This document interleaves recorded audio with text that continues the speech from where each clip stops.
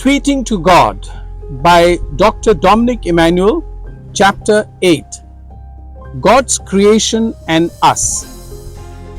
As soon as the monsoons had set in, I was inspired to write on the splendor of creation and how the rains would help us enhance natural locale around where we live and work.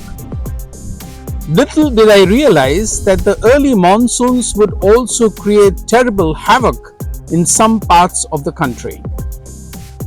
The scene of devastation in Uttarakhand, particularly around the holy temple of Kedarnath some years ago, was almost beyond description. Similar devastation due to flooding took place also in Kerala recently. Such floods bring about loss of both life and property. The Bible begins with a beautiful story of God creating the universe in 7 days. And after creating the crown of creation, that is Adam and Eve, God tells them, and I quote, "I give you every seed-bearing plant on the face of the whole earth and every tree that has fruit with seed in it. They will be yours for food." Quote closed.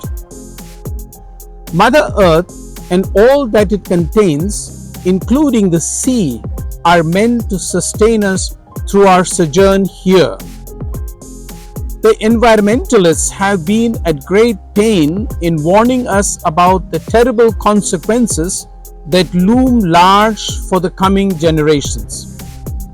If we continue treating the earth the way we do, the catastrophe in the Himalayan region is certainly already a rude shock to our generation.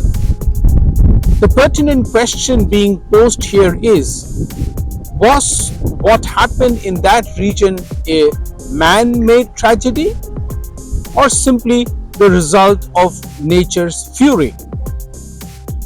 There is more or less a consensus which suggests that greed for money is the most root cause for the unbridled mining, denudation of forests, and building of hotels with total disregard for God's magnificent creation and His laws.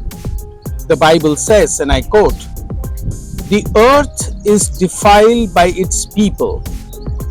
They have disobeyed the laws, violated the statutes, and broken the everlasting covenant.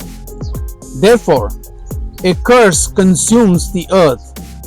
Its people must bear their guilt." Quote closed. Fortunately, we have enough of scientific evidence accompanied by recommendations to care for the earth whose stewards we are. The scriptures ask us to, and I quote, "Is it not enough for you to feed on good pasture? Must you also trample the rest of your pasture with your feet? Is it not enough for you to drink clear water? Must you also muddy the rest with your feet?" Quote closed. And if we still do not know how to take care of our creation, the Bible instructs us again, and I quote, "But ask the animals, and they will teach you, or the birds of the air, and they will tell you, or speak to the earth, and it will teach you, or let the fish of the sea inform you. In His hand is the life of every creature and the breath of all humankind." Quote closed.